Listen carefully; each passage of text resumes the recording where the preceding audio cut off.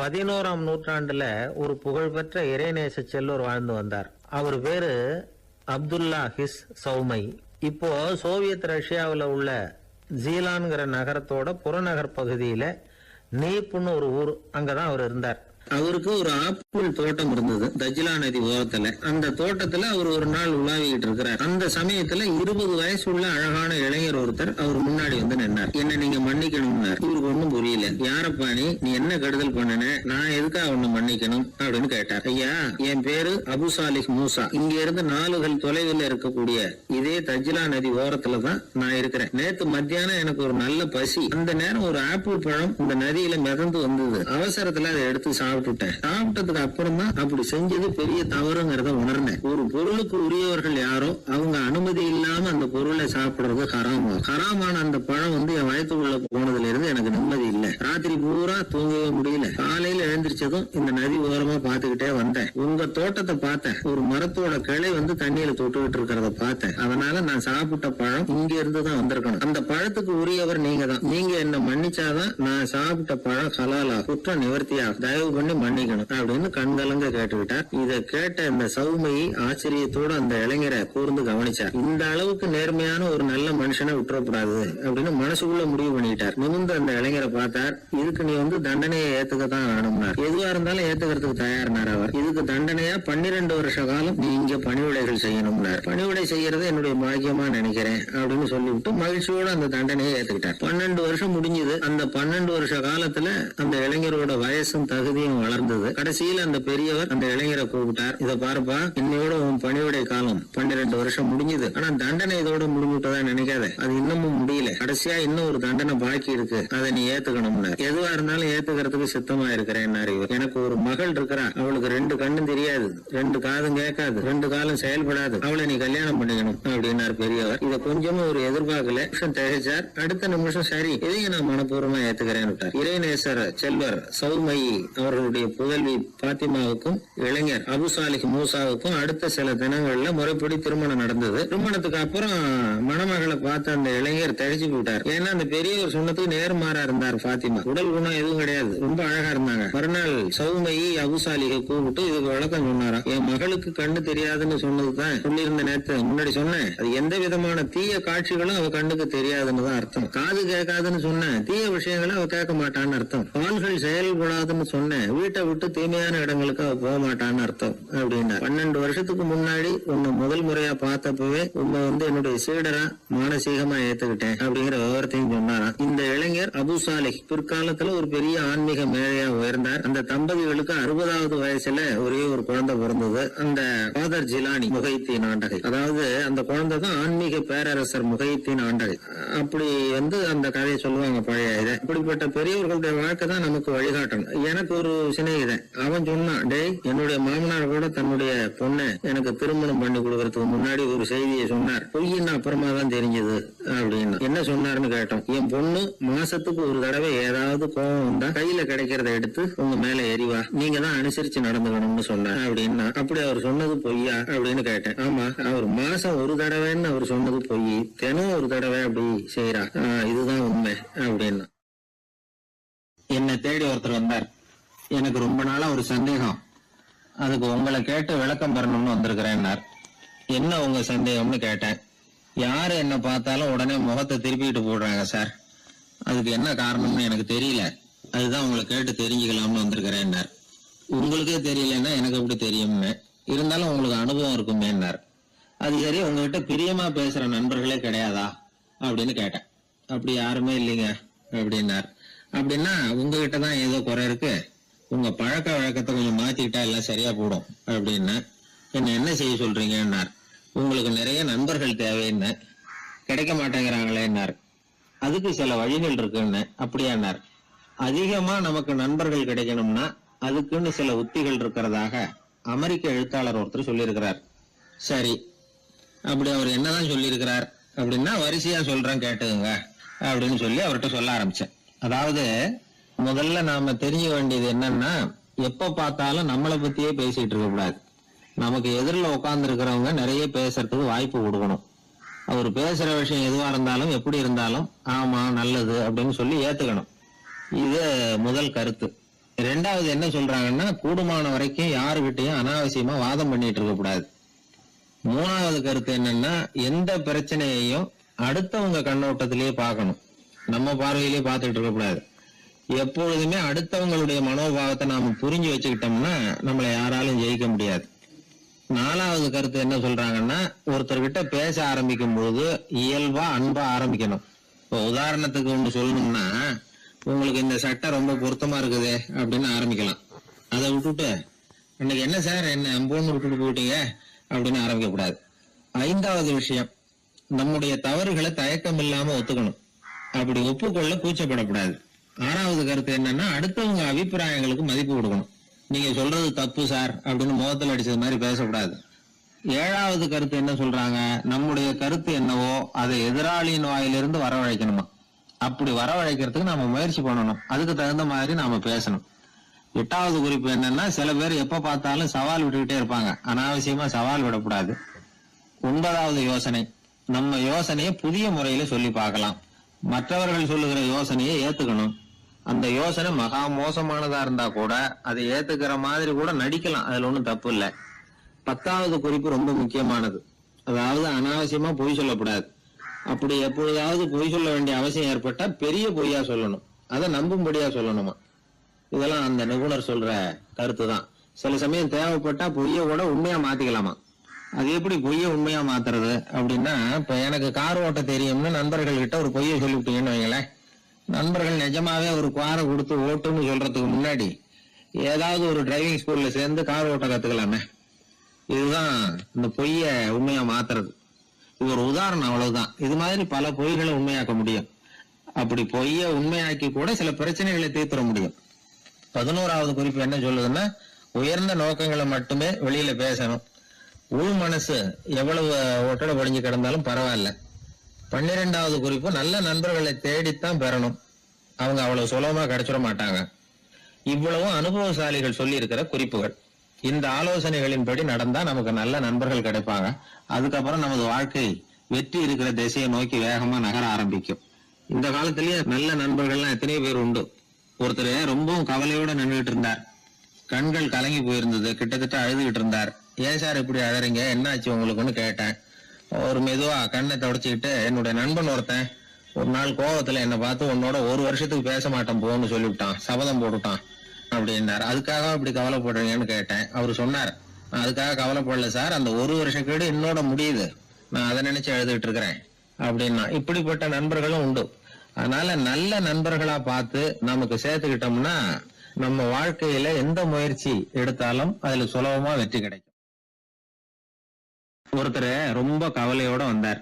ஏன் இப்படி ஒரு மாதிரியா வர்றீங்க அப்படின்னு கேட்டேன். அவர் என்ன நிமிர்ந்து பார்த்தார். என்னை பார்த்து ஒருத்தன் பைத்தியம்னு சொல்லிவிட்டான் சார், அவன் அப்படி சொன்னதுக்கு அப்புறம் தான் நான் இப்படி ஆயிட்டேன்னாரு. அதுக்காக நீங்க பெருமைப்படுங்க, வருத்தப்படாதீங்கன்னு. அவருக்கு ஒன்னும் புரியல. அவரு என்ன ஒரு மாதிரியா பார்க்க ஆரம்பிச்சுட்டார்.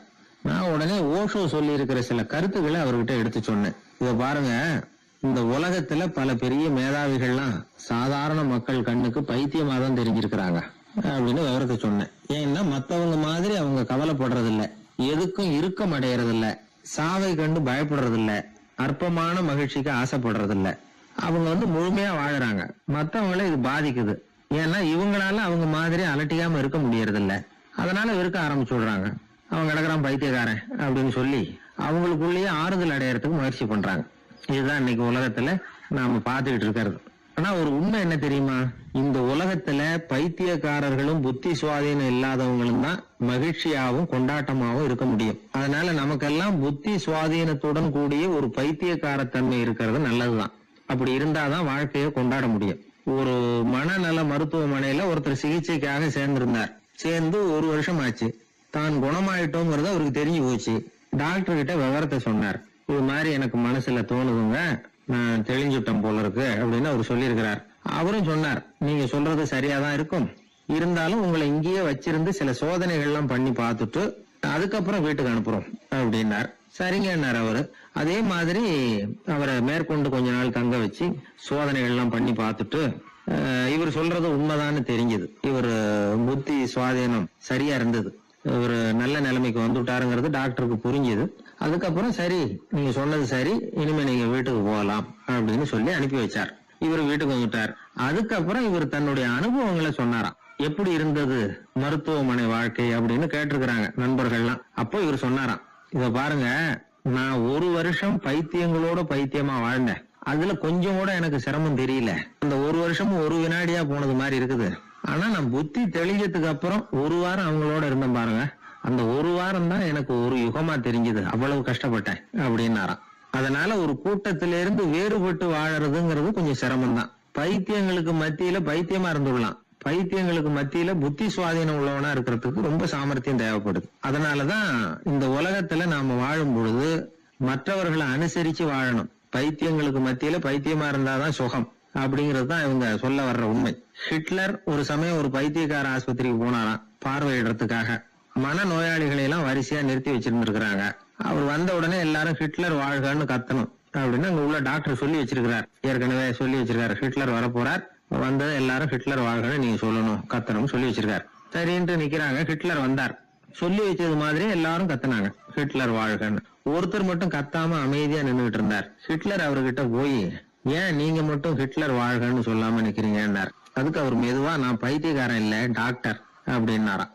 அதனால பைத்தியங்களோடு பைத்தியமா வாழறதுங்கிறது ஒரு சுகம்.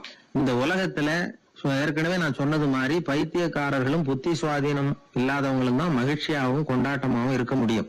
அதனால புத்தி சுவாதீனத்துடன் கூடிய ஒரு பைத்தியக்காரத்தன்மை நமக்கு தேவை. அந்த நுட்பத்தை புரிந்து கொண்டு நம்முடைய வாழ்க்கையை நாம கொண்டாடுவோம். பேராசிரியர் கல்கி ரேடியோல பேசியிருக்காரு, சென்னை ரேடியோல. எப்ப 1938 1938 ஜூலை மாசமா ஏதோ ரேடியோ ஆரம்பிச்சது, சென்னை வானொலி ஆரம்பிச்சிருக்காங்க. அது ஆரம்பிச்ச 6வது நாள் கல்கி பேசியிருக்காரு. அதுல அவர் சொல்லுவார், நீ சொல்றத எதை சொன்னாலும் சுருக்கமா சொல்லு, தேவைக்கு அதிகமா வளர்த்தாத, சுவாரஸ்யமா சொல்லு, அதுதான் சிறுகதைக்கு இலக்கணம்னு பேசியிருக்காரு. நான் அதை போட்டு கேட்டிருக்கேன். அதை பார்த்தா அதுல அவருக்கு ஒரு உதாரணமே கொடுத்திருப்பாரு. அதுல அதாவது சொல்றத சிறுகதை, தமிழில் சிறுகதைன்னு அவருக்கு தலைப்பு. அந்த பேச்சுல சிறுகதைன்னா என்னன்னா சிறுசா இருக்கணும், அதுல ஒரு கதை இருக்கணும், அதான் சிறுகதைன்னு அவர் விளக்கம் கொடுக்குறாரு கல்கி. கதைன்னா என்னன்னா ஒரே ஒரு ஊர்ல அப்படின்னு ஆரம்பிச்சா அப்புறம் என்ன அப்படின்னு கேட்க தோணுது இல்ல, அப்படி இருக்கணுமா. ஒரு ஒரு வரியை படிக்கும் பொழுது அடுத்த வரி என்ன அப்படின்னு நமக்கு ஆர்வத்தை தூண்டணும். அதுதான் கதை அம்சங்கிறது. சிறுன்னா தேவைக்கு அதிகமா வளர்த்தாத, சிறு கதைன்னா தேவைக்கு அதிகமா ஒரு வார்த்தையை கூட போடாதே அப்படின்னு சொல்லி, அதான் சிறுகதையினுடைய இலக்கணம் அப்படின்னு சொல்லிட்டு அதுக்கு ஒரு உதாரணம் போட்டிருக்காரு.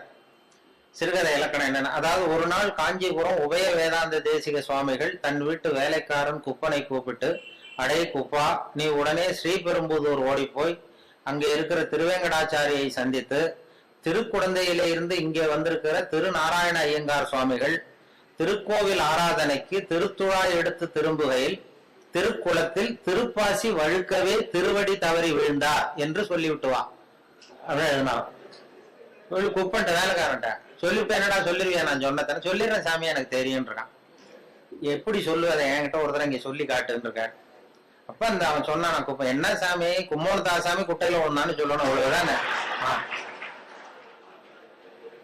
இதை நான் சொல்லிட்டு போறேன், இது என்ன பெரிய விஷயம் அப்படின்னா, இதை சொல்லி விட்டு கல்கி எழுத சொல்றாரு, சிறுகதையின் இலக்கணம் அந்த குப்பனுக்கு தெரிந்திருக்கிறது, உபய வேதாந்த தேசிக சுவாமிகளுக்கு புரியவில்லை அப்படின்னு ஒரு கல்கி. அப்ப அது எதை சொன்னாலும் சுருக்கமா சொல்றது, இந்த வேடிக்கையா சொல்றது, அதெல்லாம் மனிதர்கள்ட்ட, சக மனிதர்கள்ட்ட ஒரு பிரியத்தை ஏற்படுத்தும், நல்ல ஒரு கவர்ச்சி, அந்த கதையை படிக்கணும்னு தோணும். அப்படிதான். அதனாலதான் அந்த விஷயங்களை சேர்த்து சேர்த்து வானொலியிலையும் தொலைக்காட்சியிலும் நாங்க உபயோகப்படுத்துறோம். வானொலியிலேயே ரொம்ப, தொலைக்காட்சியில கூட நிறைய சுவாரஸ்யமான அனுபவம் வாழ்க்கையிலேயே நடக்கும். நிறைய வாழ்க்கையிலேயே கூட. இப்ப நான் இது முதல்ல திருநெல்வேலியில தான் ரேடியோல சேர்ந்தேன், திருநெல்வேலி ரேடியோல. அப்ப முத போய் என்ன பேட்டி எடுக்கிறதுக்கு மைக்கெல்லாம் கொடுத்து எங்க டைரக்டர் ஒருத்தர் அனுப்புனார். யாருக்கிட்டன்னா, இந்த டனால் தங்கவேலுன்னு ஒரு நடிகர் இருந்தார், K.A. தங்கவேலுன்னு ஒரு பிரபலமான நகைச்சுவை நடிகர். அவரு இதுக்கு ஒரு பொருள் காட்சியில நாடகம் நடத்துறதுக்காக வந்திருக்காரு திருநெல்வேலிக்கு. அங்க ஒரு ஹோட்டல்ல தங்கியிருக்காரு. அப்போ நான் அப்பதான் புதுசா போய் வேலையில சேர்றேன் ரேடியோல. எங்க டைரக்டர் கூப்பிட்டு, இது மாதிரி தங்கவேலுங்கிற நடிகர் வந்திருக்கிறாரு, அவரை போய் இன்டர்வியூ பண்ணிட்டு வா, பேட்டி எடுத்துட்டு வா அப்படின்னாரு. சார் எனக்கு பழக்கம் இல்லை, கொஞ்சம் பழக்கம் ஆனதுக்கு அப்புறம் போறேன், இப்ப வேற யாரையாவது அனுப்புங்கன்னு. இல்ல அப்புறம் இப்பதான் கத்துக்கிறது, நீ போய் கத்துட்டு வா அப்படின்னு சொல்லி உடனே மைக்கு எல்லாத்தையும் கொடுத்து அனுப்பிச்சிட்டாரு கூட. அங்க போனோம், போய் ரூம்ல கேட்டது, வா தம்பி வாழ்க்கை உட்காருங்க, என்ன செய்யணும் அப்படின்னாரு. அவர் ரொம்ப ஊக்கமா பேசினார், இந்த பயமுறுத்தல. என்ன வேணும்னா ஒன்றும் இல்லை, கேள்வி கேட்குறேன் பதில் சொல்லுவேன், கேளுங்க என்ன வேணாலும் கேளுங்க நான் சொல்றேன் அப்படின்னாரு. அப்போ நான் வழக்கமா சும்மா சில குறிச்சிட்டு போனேன். முதல் தடவை பேட்டி இல்லை, அதனால எனக்கு பயம். குறிச்சிட்டு முதல் கேள்வி, நீங்க முதல் தடவையா மேடை ஏறினது எப்ப சார்? முதல் தடவையா என்ன வேஷம் போட்டீங்க, எந்த நாடகம் அப்படின்னு கேட்டேன். இப்ப தங்கவேல் சொன்னாரு, அதை ஏன் கேட்கற தம்பி, முதல் தடவை எனக்கு அனுமார் வேஷம் போட்டு விட்டானுவோம், அதுவும் வசனமே கொடுக்கல, மத்தவெல்லாம் பேசிட்டு இருக்கான் மேடையில, எனக்கு ஒரு ஸ்டூலை போட்டு அனுமார் வேஷம் போட்டு உட்கார வச்சுட்டான், நான் பாட்டு உட்காந்துருக்கேன், அவன் பாட்டு பேசிட்டு இருக்கான், அவ்வளவுதான் எனக்கு ஆக்டிங்கு, அதான் முதல் வேஷம் எனக்கு அனுபவம்னார். அப்ப நான் கேட்டேன், அப்படின்னா ரொம்ப கஷ்டப்பட்டு நடிச்சிருப்பீங்க போல் இருக்கே சார் அப்படின்னு. அதுல என்ன தம்பி கஷ்டம், வசனமும் கிடையாது ஒண்ணும் கிடையாது, சும்மா ஸ்டூல்ல உட்காந்துருக்கிறது தானே. அப்ப நான் கேட்டேன், இல்ல சார் அனுமார் வேஷம் போட்டுக்கிட்டு சும்மா உட்காந்துருக்கிறது கஷ்டம் இல்லையா அப்படின்னா. அப்பதான் அடடே பரவாயில்ல, நீ என்ன மாதிரியே பேசுறியே, பரவாயில்லையே நீ என்ன மாதிரி பேசுறேன்னு ஒரு உற்சாகம் கொடுத்தா, அதுல ஒரு ஊக்கம் வந்துட்டுது. சரி பரவாயில்ல, நம்மளும் வேடிக்கையா பேசலாம் போட்டிருக்கு அப்படின்னு சொல்லி முதல் பேட்டியே அப்படிதான். அப்ப அதுல என்ன ஒரு யதார்த்த உண்மை என்னாச்சுன்னா, அது வந்து ஒரு 1977 30-35 வருஷத்துக்கு முன்னாடி, 77 நடந்தது அது. அப்படின்னா இப்ப 30 வருஷம் ஆயிருக்கும். அந்த 30 வருஷத்துக்கு முன்னாடி அவர் சொன்னது என்ன மாதிரியே பேசுறியே அடடே அப்படின்னாரு. கடைசியில என்ன ஆச்சுன்னா, அவரை மாதிரியே பேச வேண்டிய ஒரு சந்தர்ப்பத்தை என்கிட்ட கொண்டாந்து கடைசியில விட்டுது. அவர் செத்ததுக்கு அப்புறம், அவர் கடைசியா ஒரு படத்துல அவர் நடிச்சுட்டு செத்து விட்டாரு. அவர் இந்த வாய்ஸ் டப்பிங் பண்ணணும்ல, அதுக்கப்புறம் வாயசைக்க தந்தாலும் பேசணும், அதுக்குள்ள அவர் இறந்துட்டாரு. உடனே என்ன கூப்பிட்டு, நீ அவருக்கு வாய்ஸ் கொடு, டப்பிங் வாய்ஸ் கொடுன்னு அந்த சினிமாக்காரங்க கூப்பிட்டு போனாங்க. எனக்கு பழக்கமே இல்லை சார் சினிமா உலகம்லாம், அதெல்லாம் வேண்டாம். இல்லை அது உனக்கு தான் பொருத்தமா இருக்கும் குரல்னு சொல்லி கொண்டு போய் அவர் வாயை அசைக்கிறத போட்டு போட்டு காட்டி, அதே மாதிரி நீயும் பேசுன்னு சொல்லி பேச விட்டாங்க. முன் அனுபவம் எல்லாமே சினிமாவில் போய் டப்பிங் கொடுத்துட்டு விட்டான். அது என்ன அப்ப நினைச்சு பார்த்தேன், 30 வருஷத்துக்கு முன்னாடி என்ன மாதிரியே பேசுறேன்னு சொன்னார் அவர். இப்ப அவரை மாதிரியே பேச வேண்டிய ஒரு சந்தர்ப்பத்தை காலம் கொண்டாந்து விட்டுதேன்னு நினைச்சோம். கடைசியா அவர் அப்படி பண்ணார். அது இந்த இது பெரிய மருதுன்னு ஒரு சினிமா படம், பெரிய மருதுன்னு ஒரு படத்துல அவருக்கு அது மாதிரி பண்ணிட்டோம். அதே மாதிரி சினிமாவில் சம்பந்தம் எல்லாமே என்ன நடிக்க வச்சுட்டாங்க ஒரு படத்துல, கொண்டு போய் எதுவும் இல்லை, எனக்கு சிரிக்க தெரியாதுன்னீங்கல்ல, அதுதான் அதுல பிளஸ் பாயிண்ட். என்னன்னா, அவர் ஒரு நாள் தங்கர் பச்சான் இருக்காருல்ல, தங்கர் பச்சான் இவரு கேமராமேன், அவர் ஒரு நாள் திடீர்னு ஓடி வந்தார் ஆல் இண்டியா ரேடியோ. அண்ணே வாங்க ஒரு ஒரு படத்துல நடிக்கணும் அப்படின்னாரு. ஐயோ எனக்கு நடிப்புலாம் வராது சார், எனக்கு சிரிக்கவும் தெரியாது அழவும் தெரியாது, அதனால என்ன விட்டுருவேன். இல்ல எனக்கு முகத்துல உணர்ச்சியே காட்ட தெரியாதுன்னு. அவர் தங்கர் பச்சான் சொன்னாரு, நீ உணர்ச்சியே காட்ட தேவையில்லாத ஒரு வேஷத்துக்கு தான் கூப்பிடுறான் உன்ன அப்படின்னாரு. அது என்ன வேஷம்னு போய் பார்த்தா, ஒரு ஜட்ஜு உட்கார வச்சுட்டார். ஒரு பெரிய அந்த அண்ணா இது எம்ஜிஆர் பிலிம் சிட்டி இருக்குல்ல, அதுல கொண்டு போய் இதுதான் முக்கியமான சீன் அந்த படத்திலேயே, நீ தான் வந்து வேஷம், உனக்கு வந்து வேஷமே வேண்டாம், கருப்பு கோட்டு மட்டும் மாட்டினா போறோம், வேற வந்து முகம்லாம் அப்படியே இருக்கு, சரியா இருக்கு, நீ சிரிக்க மாட்டேன், அதனால சரியா வந்துடும் சொல்லி கொண்டு போய் உட்காந்து அவர் கதையினுடைய படத்தினுடைய கதையை தான் நான் சொன்னேன். சார் எதிரில் யாராவது இருந்தா எனக்கு பேச்சு வராது, எனக்கு கூச்சமா இருக்கும், அந்த நடிப்பு சரியா வராதுன்னா. எதிரில் யாருமே வராது, நான் பாத்துக்கிறேன், நான் க்ளோஸ் அப் வந்து உன் முகத்தை நானே மறைச்சிக்கிட்டு எடுத்துடுறேன் எல்லாத்தையும் அப்படின்னு தைரியம் சொல்லி அழைச்சிட்டு போனாரு. சரி பரவாயில்ல யாரும் இருக்க மாட்டாங்க அப்படின்னு சொல்லிட்டு நான் போய் சீட்ல அந்த கருப்பு கோட்டை மட்டும் மாட்டி உட்கார வச்சார். முன்ன பின்ன எனக்கு அனுபவமும் கிடையாது, சினிமான்னா என்னன்னு தெரியாது, நடிப்பும் தெரியாது. கொண்டு போய் உட்கார வச்சு எதிரில் யாரும் வரக்கூடாதுன்னு சொன்னல, பார்த்தா அந்த படத்துல நடிச்சவங்க அத்தனை பேர் வந்து உட்காந்துருக்காங்க எதிரில். ஏன்னா அது கடைசி சீன், கோர்ட்டு சீன்ல இந்த பொண்ணு கதாநாயகன் அவங்க அப்பா அம்மா இவங்க அப்பா அம்மா வில்லன் எல்லாம் வந்து உட்காந்துருக்காங்க. இது என்ன அது இப்படி பண்ணிட்டு அப்படின்னா, இல்ல நான் ஒரு துணியை பிடிச்சிக்க சொல்றேன், அவங்கள மறைச்சிக்கிறேன், அதெல்லாம் தெரியாது அப்படின்னு சொல்லி அப்புறம் அது மாதிரி கஷ்டப்பட்டு எடுத்து அதை முடிச்சாங்க. அது வந்து இது காதலே நிம்மதின்னு ஒரு சினிமா படம் வந்து இல்ல, அதுல இது மாதிரி அனுபவம் எல்லாமே சில வாய்ப்புகள் எதையாவது கொண்டு போய் சிரிக்காம இருந்தாலும் அதுக்கு ஒரு பிளஸ் பாயிண்ட், அதுக்கு கொண்டு போய் சில பேருக்கு அந்த வேஷமே போட வேண்டியது. ஒருத்தருக்கு பரிசளிப்பு விழா, ஒரு சினிமா இதுல பரிசளிப்பு விழா நடந்துதான். அதுல யாருக்கு ஃபர்ஸ்ட் பிரைஸ்னா, அனுமார் வேஷம் போட்டவருக்கு ஃபர்ஸ்ட் பிரைஸ். அந்த படத்துல அனுமார் வேஷம் போட்டவரை மேடைக்கு ஏற்றி அவருக்கு முதல் பரிசு கொடுத்தாங்களாம். அவ்வளவு தத்ரூபமா இருந்தது நடிப்பு, வேஷ பொருத்தம்லான்னு சொல்லி. உடனே இவர் சொல்லியிருக்காரு, வேஷத்தை அந்த வாங்கிட்டு அந்த அனுமார் வேஷம் போட்டவரு, இந்த பரிசு வந்து எனக்கு சேர வேண்டியது இல்லை, உண்மையிலேயே எனக்கு மேக்கப் போட்டார்ல அவருக்கு தான் இந்த பரிசு நியாயமா கிடைக்கணும், அவ்வளவு தத்ரூபமா போட்டிருக்காரு, அதனால இந்த பரிசுக்கு உரியவர் எனக்கு மேக்கப் போட்டவர், மேக்கப் மேன், அவருக்கு இதை நான் சமர்ப்பிக்கிறேன் அப்படின்னு சொல்லி மேக்கப் மேனை கூப்பிட்டு அவர் கையில கொடுத்துட்டார். பரிசு கொடுத்துட்டு ஒரு பெருந்தன்மையா வந்து உட்காந்துட்டாரு. அப்புறம் அந்த மேக்கப் போட்டவர் வந்து பேசினாராம், அவர் பெருந்தன்மையா வந்து எனக்கு அந்த அவருக்கு கிடைச்ச பரிசை என்கிட்ட கொடுத்துட்டார். இது உண்மையிலேயே இந்த பரிசு அவருக்கு தான் உரியது, எனக்கு கொடுக்க வேண்டியது இல்லை. ஏன்னு கேட்டீங்கன்னா நான் நிஜமாவே அவருக்கு மேக்கப்பே போடல, சும்மா ஒரு வாழை மட்டும் ஒட்ட வச்சேன். ஒரு வாழை ஒட்ட வச்சதுக்கு இவ்வளவு பெரிய பரிசான்னு நான். அப்படி சில பேருக்கு மேக்கப் தேவைப்படாது. இப்ப எனக்கு அந்த படத்துல அதான் மேக்கப்பே போடல, சும்மா ஒரு கருப்பு கோட்டை மாட்டி உட்கார வச்சு பேச விட்டாங்க. இப்படி சில பேருக்கு அந்த மேக்கப் அவசியம் இருக்காது, அந்த முகத்தினுடைய இது அப்படி பண்ணுவாங்க. அப்ப அதனாலதான் அந்த நாம வந்து வாழ்க்கையை வந்து அப்படி இது பண்ணணுங்கிறது வேடிக்கையா எடுத்துக்கணும். நிறைய இது பண்ணி சிக்கல் உண்டாகும். அந்த ரேடியோவிலேயே அந்தந்த அப்பப்ப அந்த ஏதாவது சில நண்பர்கள் நகைச்சுவை சொல்றது எல்லாரும் பண்ணிக்கிறது. சொந்த வாழ்க்கையிலேயே நிறைய அது மாதிரி இது பண்ணும். இப்ப மெட்ராஸ்ல நான் வந்து இது மாதிரி ஆன்மீக விஷயமா சொல்லிட்டு இருந்ததும் ஒரு அப்போலாம் டிவிக்கு வரல, வானொலியில மட்டுமே 14 வருஷமா அந்த இன்று ஒரு தகவல் சொல்லிட்டு இருந்தோம். அப்ப எனக்கு என்ன முகம் தெரியாது யாருக்கும், ஆனா குரலை கண்டுபிடிச்சிருவாங்க, முகம் தெரியாது. அப்ப என்னன்னா வெளியில யாருன்னு தெரியாது, ஆனா இன்று ஒரு தகவல் யாரோ பெரிய ஆன்மீக விஷயம் எல்லாம் சொல்லிட்டு இருக்காருன்னதும் வெளியில வந்து ஒரு இமேஜ் வேற மாதிரி இருந்தது. ஒரு ஆட்டோ டிரைவர் அடையாறுல இருந்து என்ன ஆட்டோல போய் ஏறி உட்காந்தேன். எங்க சார் போகணுன்னாரு. இது மாதிரி போங்க அப்படின்ட்டு ஏறி உட்காந்து போயிட்டு இருக்கேன், அந்த மயிலாப்பூர் பக்கம் போங்கன்னு. அவருக்கு என்ன ஒரு சந்தேகம்னா இவர்கிட்ட பேச்சு கொடுத்துட்டே வர்றாரு, இவரை எங்கேயோ இவர் குரலை கேட்டது மாதிரி இருக்க அப்படின்னு அவர் ரேடியோவில் கேட்டிருக்காரு. அதை உறுதிப்படுத்திக்கிறதுக்கு அப்போலாம் டிவியில் வரலன்னா உறுதிப்படுத்திக்கிறதா என்கிட்ட பேசிக்கிட்டே இருக்காரு. சார் இன்னைக்கு பேப்பர் பார்த்தீங்களா அது இதுன்னா நானும் பேசிக்கிட்டே இருக்கேன். அவர் மனசுக்குள்ள ஒரு சந்தேகம், கேட்கறதுக்கு ஒரு தயக்கம். அந்த மயிலாப்பூர் வந்து எங்க நிறுத்தணும் வண்டி என்னார், ஆல் இண்டியா ரேடியோ வாசல்ல நிறுத்தினேன்.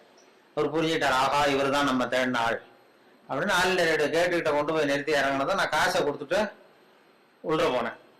உள்ள போறப்ப சார் ஒரு நிமிஷம் நெல்லுங்கன்னார்.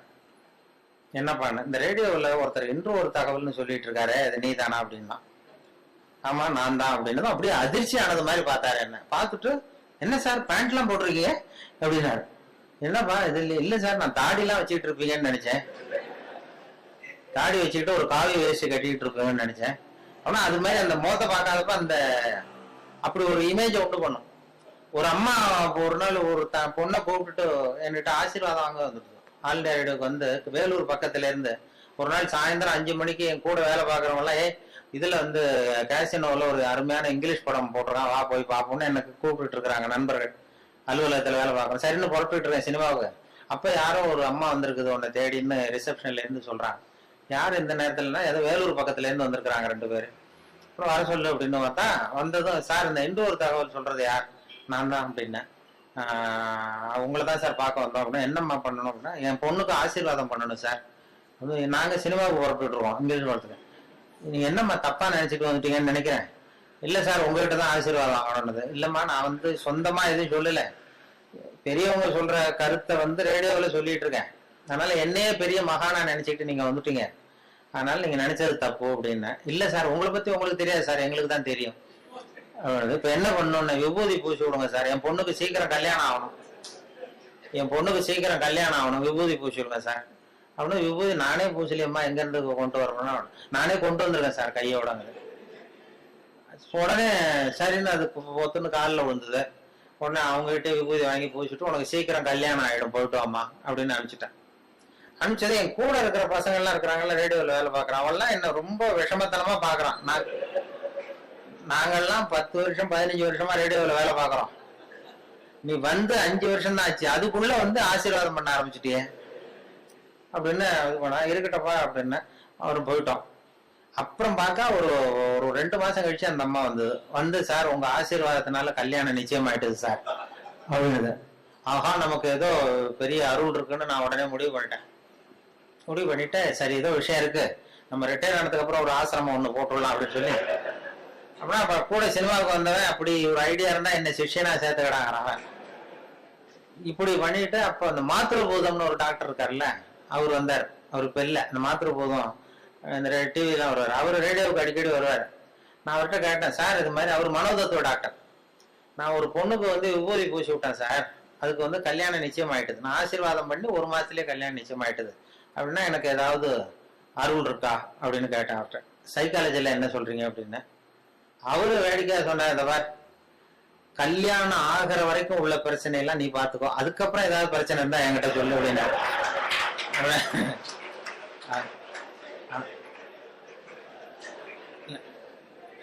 இல்ல சார், இது வந்து இல்ல உங்க சைக்காலஜில என்ன சொல்றீங்க அதை சொல்லுங்க, இது மாதிரி நான் நடந்ததுன்னு. உடனே அவர் சொன்னார், அது வந்து டாமினோ எஃபெக்ட்னு பேராம். சைக்காலஜில டாமினோ எஃபெக்ட்னு பேரு. அது எப்படின்னா, ஒரு செங்கல்ல வச்சு சின்ன பிள்ளையில விளையாடுறது உண்டு. வரிசையா அடுக்கி வச்சு ஒரு கல்லை தள்ளி விட்டா அது இன்னொரு கல்லில் விழும், அது இன்னொரு கல்லில் விழும். ஒரு புத்தகத்தை கூட அப்படியே செங்குத்தா நிறுத்தி இப்படி வரிசையா நிறுத்திடுறது. ஒரு புத்தகத்தை தள்ளி விட்டீங்கன்னா அது அடுத்த புத்தகத்துல விழும், அடுத்த புத்தகத்துல அப்படி போயிட்டே இருக்கும். இது மாதிரி வந்து எண்ணங்கள் வந்து ஒருத்தட்ட இருந்து இன்னொருத்தட்ட பரவிட்டே இருக்குமா. இது சைக்காலஜில டாமினோ எஃபெக்ட்னு பேராம். அது என்னன்னா, நான் ஒரு 10 பேருக்கு விபூதி பூசி விடுறேன்னு வைங்க. விபூதி என்கிட்ட வந்து ஒரு 10 பொண்ணுங்க நான் ஆசீர்வாதம் பண்றேன், கல்யாணம் ஆகணும் சீக்கிரம்னு. அது எப்படியும் 7-8க்கு கல்யாணம் ஆயிடும். நான் விபூதி பூசினாலும் பூசலைன்னாலும் கல்யாணம் ஆயிடும். அவங்க என்னன்னா, அந்த மாப்பிள்ளை தேடுற நேரத்துலதான் அந்த ஆசீர்வாதமே வாங்க வர்றாங்க. அது வந்து பிறந்த குழந்தையே தூக்கிட்டு வந்து காலில் போட்டு சீக்கிரம் கல்யாணம் ஆகணும்னா போய் சொல்றது இல்ல யாரும். அவங்களே ஒரு முயற்சி பண்ணிட்டு இருக்கிற நேரத்துலதான் ஆசீர்வாதம் வாங்க வராங்க. நீ அப்படி ஆசீர்வாதம் பண்ணும்போது 10ல ஒரு 8 பேருக்கு நிச்சயமா கல்யாணம் ஆயிடும். அவங்கள தேடி பிடிச்சிருவாங்க. அவங்க என்ன பண்றாங்கன்னா, இது மாதிரி ரேடியோவில் ஒருத்தர் இன்னொரு தகவல் சொல்லிட்டு இருக்காரு, அவர்கிட்ட விபூதி பூசிட்டா உடனே கல்யாணம் ஆயிடுது அப்படின்னு இன்னொருத்தட்ட சொல்ல ஆரம்பிக்கிறாங்க. இந்த ஒரு புத்தகம் இன்னொரு புத்தகத்துல விழுறது மாதிரி. அது டாமினோ எஃபெக்ட். அதாவது இந்த 8 பேரும் இன்னொரு 10 பேர்ட்ட 80 பேர்ட்ட சொல்லுவாங்க, இப்படி ஒருத்தர் இருக்காரு, அவருக்கு ஏதோ ஒரு அருள் இருக்கு அப்படின்னு. இது இப்படி பரவி போகுது. பரவிட்டு நிறைய பேர் 8 பேர் அந்த இடத்துல 80 பேர் தேடிட்டு வர ஆரம்பிச்சிடுறாங்க. இந்த 2 பேருக்கு ஃபெயிலியர் ஆகுது பாருங்க. 2 பேர் கல்யாணம் ஆகல இல்ல டிலே ஆகுதுன்னு வைங்க. அவங்க உடனே என்னை பத்தி தப்பு பிரச்சாரம் பண்றது இல்ல, அவர்கிட்ட போனோம் விபூதி பூசிட்டோம் கல்யாணம் ஆகலன்னு சொல்றது இல்ல, வேற சாமியார் தேட ஆரம்பிச்சிடுறது. இது சரியில்லை, வேற அந்த கோயிலுக்கு போயிட்டு வருவோம், இந்த கோயிலுக்கு போகலான்னு வேற முயற்சியில் ஈடுபட்டுறாங்க. அவங்க நோக்கம் வந்து கல்யாணம் ஆகணுங்கிறது தான். அதனால இது இந்த டாமினோ எஃபெக்ட் தான் உனக்கு வந்து பண்றது. இதை வந்து உனக்கு அருள் இருக்குன்னு நினைச்சிடாத அப்படின்னு மாத்திருப்போம் எனக்கு புத்தி சொல்லிவிட்டு, இதை நினைச்சிட்டு நீ ஆசிரமம்லாம் ஆரம்பிக்காதேன்னாரு. அப்பதான் நினைச்சேன், ஓஹோ இந்த சாமியார்கள்லாம் இப்படிதான் உற்பத்தி ஆகுறாங்க போல் இருக்கு அப்படின்னு சொல்லி, ரொம்ப சுலபமா இந்த டாமினோ எஃபெக்ட் தான் இந்த சாமியார்களுக்கு கூட்டம் சேருது. அது அந்த அவங்க அந்த சைக்காலஜில அது அப்படிதான் அதுக்கு அடையாளம் கண்டுபிடிக்கிறாங்க. அப்படி வந்துடும். என்னை பத்தி தப்பான அபிப்பிராயத்தை இந்த ரேடியோவில் இமேஜை மட்டும் தெரிஞ்சுட்டு அப்படி அப்படி அப்படி எல்லாம் தேடி வர ஆரம்பிச்சிட்டாங்க நிறைய பேர். அப்படி அது மாதிரி வேடிக்கைகள் நடக்கும் அதில்லை. அதனால அந்த இது சொல்லும்போது இப்போ விவசாய நிகழ்ச்சிங்கிறது ரொம்ப ட்ரையா இருக்கும், இந்த இது மாதிரி ஸ்டாட்டிஸ்டிக்ஸ் மாதிரி. அதனால விவசாயத்திலேயே நாங்கள் வந்து எதையாவது வேடிக்கை கலந்து விட்டுறது. இப்போ கோழி பண்ணை வளர்க்குறத பத்தி பேசுவோம். கோழி பண்ணை வைக்கிறது எப்படி, எத்தனை கோழி விடணும், எப்படி தீனி போடுறதுன்னு சொல்லி ட்ரையா சொல்லிட்டா அது வந்து ஒரு இதை ரொம்ப அதுல வந்து எதையாவது வேடிக்கையை கலந்து கதை மாதிரி சொல்றதுதான் வழக்கம் இந்த ரேடியோவில். அது அப்படி சொல்லுவோம். ஒருத்தர் கோழி பண்ணை வைக்கணும்னு ஆசைப்பட்டான். அவன் என்ன பண்றது, போய் உடனே ஒரு கால்நடை மருத்துவர்கிட்ட போய் யோசனை கேட்க வேண்டியது தானே. அவன் நேரா போய் உள்ளூர் சாமியார்ட்ட வைத்தியம் கேட்டான். உள்ளூர் சாமியார்ட்ட இது மாதிரி கோழி பண்ணை ஒரு 1000 கோழியை வச்சு வளர்த்தான், பண்ணையை வச்சு. அதுல பாதி செத்து போச்சு. உடனே என்ன குறைன்னு தெரியலையேன்னு சொல்லி சாமியார்ட்ட போய் யோசனை கேட்டான். ஒரு சாமியார் ஏதோ மந்திரம் போட்டு, நீ கோழி பண்ணை வச்சிருக்கியா, அது மேல கூரை போட்டிருக்கியா ஓடு போட்டிருக்கியா, இந்த கொட்டாயில ஓடு போட்டிருக்கேன்னா அதான் தப்பு, நீ கூரையை மாத்து சரியா போடும்ட்டார். ஏதோ பண்ணி ஆசீர்வாதம் பண்ணி சரிட்டு வந்து கூரையை மாத்தான். அப்புறமும் பாதி செத்துது. மறுபடியும் அதே சாமியார்ட்ட போனா மறுபடியும் பாதி செத்து போச்சு சாமி அப்படின்றான். சரி இந்த செவருலாம் வந்து செங்கல் செவரா மண்ணு செவரா, செங்கல் செவரு அப்படின்னா அதான் தப்பு, மண்ணு செவரா மாத்து சரியா போடும்ட்டான். சரிட்டு அதையும் மாத்தினா அப்புறமும் பாதி செத்துது. ஓடி போய் சாமிகிட்டே நின்னா, இப்ப சரிப்பா இந்த கேட்டு வாசப்படி தெற்கு முகமா வச்சிருக்கா வடக்கு முகமா வச்சிருக்கானா, வடக்க வச்சிருக்கானா, அதான் தப்பு, தெற்க மாத்து அப்படின்னா மாத்திட்டான். மறுபடியும் போய் நின்றான். சாமியை மறுபடியும் செத்து போச்சுன்னு. அப்ப அவரு பொறுமையா சொன்னாராம் அந்த சாமியார்ட்ட, பாருப்பா அது சொல்றதுக்கு யோசனை நிறைய இருக்கு என்கிட்ட, சோதிக்கிறதுக்கு கோழி இல்லையே உன்கிட்ட, என்ன பண்றது அப்படின்னாராம். இத வந்து அந்த கோழி பண்ணை வைக்கிற இதுல சொல்லிடுறது. கோழி பண்ணையை பத்தி ரேடியோவில் ஒலி வரும்போது இப்படி ஒரு கதையை உண்டு பண்றது. இதெல்லாம் வந்து ஒரு சுவாரஸ்யத்தை ஒரு வேடிக்கைங்கிறது. ஒரு விவசாய நிகழ்ச்சியை பண்ணும்போது கூட அந்த ஹியூமர் அந்த நகைச்சுவைக்கு ஒரு மரியாதை இருந்தது. அப்படி நிறைய சொல்லும். வாழ்க்கையில வந்து எப்படியும் ஒருத்தன் வந்து ஒரு கோழி பண்ணை வச்சுக்கிட்டு இருந்தான். ஒரு கோழி வச்சு வித்துக்கிட்டு இருக்கான் ஒருத்தன். ஒரு பெரிய அவருக்கு எல்லாம் தெரிஞ்ச ஒரு மாதிரி ஒருத்தர் வந்தார். என்னப்பா கோழி வியாபாரம் பண்றியா அப்படின்னா, ஆமா கோழி தாங்க வித்துக்கிட்டு இருக்கான்னு இருக்கான் அவன். இந்த பெரியவர் சொல்லியிருக்காரு, என்ன விவரம் இல்லாம நீ கோழி வித்துக்கிட்டு இருக்க, அதெல்லாம் சரியா வச்சு விற்க வேண்டாமா, ஏதோ எனக்கு தெரிஞ்சது பண்ணிட்டு இருக்கேன் சார் அப்படின்னு இருக்கான். சரி, இதெல்லாம் எந்த ஒரு கோழி? அப்ப அவன் சொல்லியிருக்கான், கோழி விற்கிறவன், பாருங்க சார், இது எந்த ஊர் கோழின்னு அடையாளம் தெரியாது, அது சேவலா கோழியாங்கிறது மட்டும்தான் தெரியும், வேற அந்த கோழி எந்த ஒரு கோழிங்கிறதெல்லாம் நமக்கு தெரியாது, அது கண்டுபிடிக்க முடியாதுன்னு இருக்கான். இவரு சிரிச்சாலாம். அந்த என்னடா இவ்வளவு தூரம் விவரம் தெரியாம இருக்க, கோழின்னா அந்த முதுவை பார்த்தே கண்டுபிடிக்கணும் எந்த ஒரு கோழின்னு, அது தெரியாம கோழி வியாபாரம் பண்ண வந்துட்டே நீ அப்படின்னு சொன்ன. உங்களுக்கு தெரியுமா சார்ன்றான். எனக்கு தெரியும்டா, அதோ போது பாரு அந்த மூலையில 2, அது வந்து நாமக்கல் கோழி, அதுல ஒரு 2 கூடு, முதுவை பார்த்தா தெரியுது. போது பாரு இது சேலத்து கோழி, இதுல ஒரு 2 கூடு எடுத்து வை. போது பாரு கோயம்புத்தூர் கோழி, இது முதுவை பார்த்தா தெரியுது, அதுல ஒரு 3 எடுத்து வை அப்படின்ட்டான். அவன் எடுத்து வச்சுட்டான். அவன் ஆச்சரியமா வச்சதும் இவர் பெரிய ஒரு காசை கொடுத்துட்டு கேட்டாரான், இந்த முதுவை பார்த்தே கண்டுபிடிக்கணும்டா, இது கூட தெரியாம வந்து நீ வந்து கோழி விற்க வந்துட்டியே, உனக்கு எந்த ஊர்றான்னு கேட்டிருக்காரு. அவன் முதுவை திருப்பி காட்டினானா, பார்த்து தெரிஞ்சுக்கோ, நீயே பார்த்து தெரிஞ்சுட்டு போ. அதாவது அகந்தை வரக்கூடாதுங்கிறதுக்காக சொல்லுவாங்க. நமக்குதான் எல்லாம் தெரியும்னு நினைக்கக்கூடாது, அது வந்து இதாயிடும். அதுக்குதான் அந்த இதுவும் சொல்லுவாங்க, கர்வம்ங்கிறது கூடாது, மனிதர்களுக்கு கர்வம் வரக்கூடாது, கர்வம் வந்து தப்பு. ஒரு எல்லாம் படிச்சுட்டு, அதாவது பிவிஎஸ்சி படிச்சுட்டு, பிவிஎஸ்சி கால்நடை மருத்துவருக்கு படிச்சுட்டு கிராமத்துக்கு வந்துருக்கான். அவங்க எல்லாம் படிச்சுட்டோம், எல்லாம் தெரிஞ்சு போச்சுங்கிற ஒரு கர்வம் வந்துட்டுது. வந்தது அங்க ஒருத்தன் மாடு மேய்ச்சிட்டு இருந்திருக்கிறான். என்னடா விவரம் இல்லாம மாடு மேய்க்கிறீங்க, இதெல்லாம் பண்ணைன்னா ஒரு அதுக்கு ஒரு சயின்டிபிக்கா செய்யணும், அதெல்லாம் சயின்டிபிக்கா மாடு மேய்க்கணும், இதெல்லாம் ஒன்றும் தெரியாம இன்னமும் ஒன்றும் விவரம் இல்லாம பண்ணிட்டு இருக்கீங்களே, இது என்ன இதெல்லாம் மாடு மேய்க்கிறீங்களா, இதெல்லாம் நீ தான் அவன் பாத்துக்கிறியானா? ஆமான்றான். என்ன உங்க ஊர்ல இது மாதிரி பசுமாட்டுக்கெல்லாம் கொம்பு இருக்காதா, பசுமாட்டுலாம் கொம்பு இருக்காதா அப்படின்றான். அப்ப அந்த பொடியும் சொன்னானா, சார் பசுமாட்டுக்கு கொம்பு இல்லைன்னா அதுக்கு 2-3 காரணம் இருக்கு. அதாவது கண்ணுக்குட்டியா இருக்கிறப்ப அது கொம்பை வந்து எடுத்துருவோம், அதுக்கு முளைக்காது, அது கண்ணுக்குட்டியா இருக்கிறப்ப கொம்பே முளைக்காது, அதனால கொம்பு இல்லாம இருக்கும். 2வது காரணம் வந்து வளர்ந்ததுக்கு அப்புறம் ஒன்னோட ஒண்ணு முட்டிக்கும், அதனால அது முட்டிக்கப்படாத கொம்பை நாங்களே எடுத்துருவோம், அதனால கொம்பு இல்லாம இருக்கும். இப்ப இதுக்கு ஏன் கொம்பு இல்லைன்னா இது 3வது காரணம். இதுக்கெல்லாம் ஏன் கொம்பு இல்லைன்னா இதெல்லாம் மாடு இல்ல குதிரை அப்படின்னா. அப்பதான் தெரிஞ்சிருக்கு இவன், ஆஹா நம்ம வந்து ரொம்ப இதாயிட்டோம், படிச்சா எல்லாம் தெரிஞ்சிடும்னு நினைச்சிட்டோம். படிக்கிறதுங்கிறது தகவல் அறிவு தான், தகவல் அறிவை சேகரிக்கிறது. அதனால அது மாதிரி சொல்லுவாங்க. இப்படி நிறைய அதுல எதையாவது சேர்த்து சேர்த்து சொல்றது எங்க பழக்கம். அப்படி பண்றதுனாலதான் அந்த நகைச்சுவை உணர்வுங்கிறத சில சமயம் பேப்பர்ல வர்றதை வச்சுக்கிட்டே கூட சில கடுமையான விஷயங்களை கூட வேடிக்கை வந்து மென்மையாக்கி கொடுத்துடுறது உண்டு. நாங்க அப்ப இந்த முன்னாடி ஒரு தரம் இந்த அரசியல்ல ரொம்ப சூடா இருந்தது, அமலாக்க பிரிவு அதிகாரிகள்லாம் வராங்க, விசாரணை நடக்குதுன்னு ரொம்ப கடுமையா இருந்தது. அந்த நேரம் ஒரு விஷயத்தை எடுத்து இன்னொரு தகவல்ல அப்படியே சொல்லிட்டோம், ஒரு கதை மாதிரி மாத்தி சொல்லியாச்சு. அது சொல்லக்கூடாது, சட்டப்படி சொல்லக்கூடாது, ஆனா ஒரு கதையா மாத்தி சொன்னதுனால ஒன்றும் பிரச்சனை இல்லாம போயிடுது. அது என்னன்னா, அது ஒரு கதை மாதிரி சொன்னோம். டெல்லியில இருந்து 2 அதிகாரிகள் வந்தாங்களாம் தமிழ்நாட்டுக்கு. தமிழ்நாட்டுல ஒருத்தன் திடீர்னு கோடீஸ்வரன் ஆயிட்டான். கோடீஸ்வரன், அது எப்படி அவனுக்கு பணம் சேர்ந்தது, அதை போய் விசாரிச்சுட்டு வா அப்படின்னு 2 பேர் டெல்லியில இருந்து அதிகாரிகள் அனுப்பிச்சிட்டாங்க. 2 பேர் வந்திருக்கான், அமலாக்க பிரிவு அதிகாரிகள். வந்து இவனை பிடிச்சி, டே நாங்க டெல்லியில இருந்து வந்திருக்கோம், நீ எப்படி பணம் சேர்த்த, எப்படி கோடீஸ்வரன், நேற்று வரைக்கும் நீ சாதாரண ஆளா இருந்த, திடீர்னு எப்படி பணம் சேர்த்த, அது சொல்லுன்னா அவன் சிரிச்சிருக்கான். இதுக்காகவாது சார் டெல்லியில இருந்து மெனக்கிட்டு வந்தீங்க, நான் ஒன்றும் தப்பான வழியில பணம் சேர்க்கல சார், நான் வந்து சரியான வழியில தான் சேர்த்தேன், பந்தயம் கட்டியே பணக்காரன் ஆகிட்டேன். நான் பந்தயம் கட்டி எப்படி நான் பணம் சேர்க்க முடியும் அப்படின்னா, நான் ஆயிட்டேன் சார், நீங்க நம்புங்க. நம்ப முடியாது அப்படின்னா உங்ககிட்டயே ஒரு பந்தயம் கட்டி காட்டவான்றான்.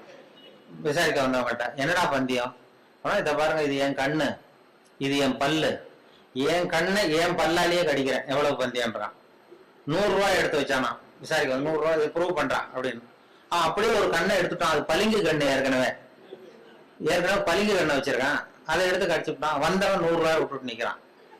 விசாரிக்க வந்தவன் உடனே கூட வந்தவனுக்கு கோவம் வந்துட்டுது, டேய் அவன்கிட்ட என்னடா ஏமாந்துட்டு இருக்க, அவன்கிட்ட உனக்கு விசாரிக்க தெரியல, நீ விளையாடா நான் கேட்கறேன்னு சொல்லி, டே இப்படி எல்லாம் பண்ணக்கூடாதா, நாங்க டெல்லியில இருந்து மெனக்கிட்டு இதுக்காக வந்திருக்கோம், எப்படிடா பணம் சேர்த்த என்கிட்டயாவது சொல்லு அப்படின்னா. நீங்க அவரை விட கொஞ்சம் புத்திசாலியா தெரியுது சார், அதனால நீங்களாவது நம்புங்க, நான் பந்தயம் கட்டி தான் பணம் சேர்த்தேன்.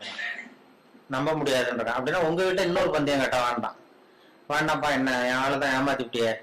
இல்ல சார், அவர் வந்து கண்ணு பளிங்கு கண்ணு, அதனால தெரியாது, இந்த கண்ணு பளிங்கு கண்ணுங்கிறது தெரியாது, அதனால ஏமாந்துட்டார். நான் இப்ப உங்ககிட்ட கட்டுறது நெஜங்கண்ணு, இது வந்து நெஜங்கண்ணு, பளிங்கு கண்ணு கிடையாது, இதை கடிக்க முடியும் அப்படின்றான். அவன் ஒரு 100 ரூபாய் எடுத்து வச்சான். இவன் அப்படியே பல் சட்டை கட்டினான் தனியா, கேட்டு கடிச்சு விட்டான். அதையும் விட்டுட்டு 2 பேரும் அப்படியே அலண்டு போட்டாங்க. விசாரிக்க வந்தவன் வந்து, நீ மேற்கொண்டு அவன்கிட்ட பேச பேச நம்ம பணம் தான் போயிட்டு இருக்கு அவன்கிட்ட. நாம வந்து அவன் பணம் எப்படி சேர்த்தான்னு கண்டுபிடிக்கிறதுக்கு வந்துருவான். நாம வந்து அவனை இன்னும் கோடீஸ்வரன் ஆக்கிட்டு இருக்கோம். இதுக்காகவா மெனக்கிட்டு டெல்லியில இருந்து நம்மளை அனுப்புனாங்க. இது சரியா வராதுடா, இனிமே அவன்கிட்ட பேச்சு கொடுக்காத, ஒதுங்கி வந்து டெல்லிக்கு போறதுக்கு டிக்கெட்டுக்கு பணம் இருக்கா பாடுறா அப்படின்றான். எண்ணி பார்த்து சரியா இருக்கு, கரெக்டா இருக்கு, இன்னும் ஒரு பந்தயம் கட்டணும்னா போச்சு, சரியா போகும், அதனால இப்ப இருக்கிறது சரியா இருக்குன்றாங்க. அப்படின்னா அவன்கிட்ட மேற்கொண்டு விசாரிக்காத, நம்ம போய் நம்ம தலைவர்கிட்ட சொல்லிடுவோம். டெல்லிக்குன்னு நாங்க போயிட்டு வரோம் சார், ரொம்ப தேங்க்ஸ், நீங்க அப்படியே இருங்க சார், சௌக்கியமா இருங்கன்னு சொல்லிட்டு, ஏன் சார் கொஞ்சம் இருந்து சாப்பிட்டு போங்களேன்றான். அதெல்லாம் வேணாம் சார், நீங்க மறுபடியும் ஏதாவது பேச்சு வரும், மறுபடியும் பந்தயம் கட்டுவீங்க, நாங்க போயிட்டு வரோம், நாங்க பாத்துக்கிறோம் சார், நீங்க போயிட்டு வாங்க. ரொம்ப மரியாதையா அவனை விட்டுட்டு போயிட்டாங்க. 2 பேரும் போய் டெல்லியில இந்தியாவுக்கே தலைமை அதிகாரி அவர்கிட்ட போய் சொல்லிட்டான், சார் அவன் தமிழ்நாட்டுக்கு போனோம், தமிழ்நாட்டுல போய் அவன் எப்படி பணம் சேர்த்தானா பந்தயம் கட்டியே பணம் சேர்த்தேன்னு சாதிக்கிறான் சார். அது மட்டும் இல்ல, எங்ககிட்ட ஒரு 200 ரூபாய் பிடிக்கிட்டு விட்டான் சார். ஆனா அவருக்கு கோவம் வந்துட்டு தான், எத்தனை பேரா இருக்கீங்க இந்த இந்தியாவெல்லாம், நீங்க எல்லாம் ஒரு பெரிய அதிகாரியா, ஜூனியர் ஆபீசர்ஸ் எத்தனை பேர் இருக்கீங்க இந்தியா பூரா விசாரிக்கிறதுக்கு, நம்ம ஆபீஸ்லன்னா 30 பேர் இருக்கோம் சார். ஆனா 30 பேரையும் இங்க கூப்பிட உங்களுக்கு ட்ரைனிங் கொடுக்கணும், உங்களுக்கு அனுபவம் பத்தாது, நான் இந்தியாவுக்கே தலைமை அதிகாரி, அனுபவம் ஜாஸ்தி, உன்ன மாதிரி இருக்கிற 30 பேரை இங்க கூப்பிட்டு ஹாலில் உட்கார வை, ஜூனியர் ஆபீசர்ஸ், நான் வந்து ட்ரைனிங் கொடுக்கணும், உங்களுக்கு பயிற்சி பத்தாது, ஒரு ஆள் போய் தமிழ்நாட்டுல அந்த ஆளை கூப்பிட்டுவாங்க, இங்க அவனையே கூப்பிட்டுவாங்க, இந்த கோடீஸ்வரனை வர்ற வரைக்கும் அவன்கிட்ட பேச்சு கொடுக்காதீங்க, ஏதாவது வர்ற வழியே பந்தயம் கட்டுவான், ஏதாவது சைகையிலேயே கூப்பிட்டு வந்துருவேன்னு ஒருத்தர் அனுப்பிச்சாரு. ஒருத்தன் வந்து மெதுவா ரொம்ப சாமர்த்தியமா அவன்கிட்ட எது கேட்டாலும், இல்ல சார் எல்லாம் அங்க போய் பேசிக்கலாம் வாங்க, எதுக்கு சார் கூப்பிட்டு போறீங்கன்னா, அதெல்லாம் அங்க போய் பேசிக்கலாம் சார், நீங்க ஒன்னும் வாங்க, மெதுவா பேச்சு கொடுக்காம கொண்டு போய் டெல்லியில இது மாதிரி மேடையில நிறுத்தி அந்த பெரிய இந்தியாவுக்கே தலைமை அதிகாரி உட்கார்ந்துருக்காரு. இவனுக்குறான், இந்த 30 பேர் ஜூனியர் ஆபீசர்ஸ் உட்காந்துருக்காங்க, அவங்களுக்கு ட்ரைனிங் கொடுக்குறாரு அவர். இந்த பாருப்பா, நான் வந்து இந்தியாவுக்கே தலைமை அதிகாரி, நான் நினைச்சேன்னா உன் தண்டனையை குறைக்க முடியும், உனக்கு வந்து உன்னை அப்ரூவரா கூட மாத்திடுவேன், அந்த அதிகாரம்லாம் என்கிட்ட இருக்கு, அதனால என்கிட்ட சொல்லிடு எப்படி பணம் சேர்த்தேன் அப்படின்னா. சார் நீங்க வந்து இந்தியாவுக்கே தலைமை அதிகாரி, உங்களுக்கு அனுபவமும் ஜாஸ்திங்கிறத நான் புரிஞ்சுக்கிட்டேன், வயசும் ஜாஸ்தி, அதனால நீங்களாவது நம்புங்க சார், நான் பந்தயம் கட்டி தான் பணம் சேர்த்தேன். அங்கேயும் நம்ப முடியாதுரா அப்படின்னா உங்ககிட்ட ஒரு பந்தயம் கட்டிட்டோமான்றான். நான் இந்தியாவுக்கே தலைமை அதிகாரா அப்படின்னா, இருக்கட்டும் சார், நான் ப்ரூவ் பண்ண வேண்டாமா உங்களுக்கு, வேண்டாம் சார், அது எங்க அதிகாரியை தான் ஏமாத்தி விட்டியடா எங்க 2 பேரை அப்படின்னா. அப்ப அவர் சொன்னானா இவன், அது இல்ல சார், உங்க அதிகாரிகள் ஏமாந்தது என் உடம்ப பத்தின ரகசியம், நான் வந்து பளிங்கு கண்ணு வச்சிருந்தேங்கிறது அவருக்கு தெரியாது, ஏமாந்து போனார், நான் பல் செட்டு கட்டியிருந்தேங்கிறது தெரியாது, அதனால இவர் ஏமாந்து போனார். இப்ப நான் உங்ககிட்ட பந்தயம் வைக்கிறது வந்து என் உடம்ப பத்தின ரகசியமே வேண்டாம், உங்க உடம்ப பத்தின ரகசியம். இவரு அசந்தார், என் உடம்புல என்னடா ரகசியம்னாரு. ஒண்ணும் இல்ல சார், முதுகுல இடுப்பு கிட்ட 1 ரூபா அகலத்துக்கு கருப்பா ஒரு மச்சம் இருக்கு, உங்களுக்கு கருப்பா ஒரு மச்சம் முதுகுல இடுப்பு கிட்ட இருக்கு அப்படின்னா. அவருக்கு இல்லைன்னு நல்லா தெரியும், அதனால சுத்தமா இல்லடா சார், நேத்து வரைக்கும் இல்ல சார், இந்த நிமிஷம் இருக்கு அப்படின்றான். அவரு அசந்து போய் ஒரு 100 ரூபாய் எடுத்து வச்சாரு, இதை ப்ரூவ் பண்றான். இவனும் ஒரு 100 ரூபாய் எடுத்து வச்சுட்டு சட்டையை கேட்டுங்க சார், கேட்டி காட்டுறாரு, மச்சம் இல்ல, இவன் தோத்து போட்டான், மச்சம் இல்ல அவருக்கு. உடனே அந்த பெரியவர் அதிகாரி 200 ரூபாய் எடுத்து வச்சுக்கிட்டு, தோழர்களே உங்களுக்கு அனுபவம் இல்லை, அதனால உங்களை ஏமாத்திட்டான், எனக்கு அனுபவம் ஜாஸ்தி, இப்ப என்கிட்ட அவன் ஏமாந்துட்டான், இப்ப இந்த பந்தயத்துல எனக்கு 200 ரூபாய் லாபம்னாரான் பெரியவர். அப்ப இவன் எங்க இருந்து போனோம், இவன் மெதுவா ஆரம்பிச்சிருக்கான், சார் ஐயா நீங்க சொல்றது சரி, ஒரு 200 ரூபாய் இந்த பந்தயத்துல உங்களுக்கு லாபம் தான், ஆனா இதே பந்தயத்துல எனக்கு 2900 ரூபாய் லாபம் சார் இருக்கான். என்னடா பண்ண அப்படின்னு கேட்டிருக்காரு. உங்களுக்கு தெரியாம இந்த 30 பேர் விட்டையும் தனித்தனியா ஒரு பந்தயம் கட்டியிருக்கேன். என்ன பந்தயம் தான் கட்டினேன், ஆனா அது ஒண்ணும் இல்ல, உங்க எல்லாரும் முன்னாடியும் உங்க மேல் அதிகாரியை சட்டையை கேட்ட வைக்கிறேன்.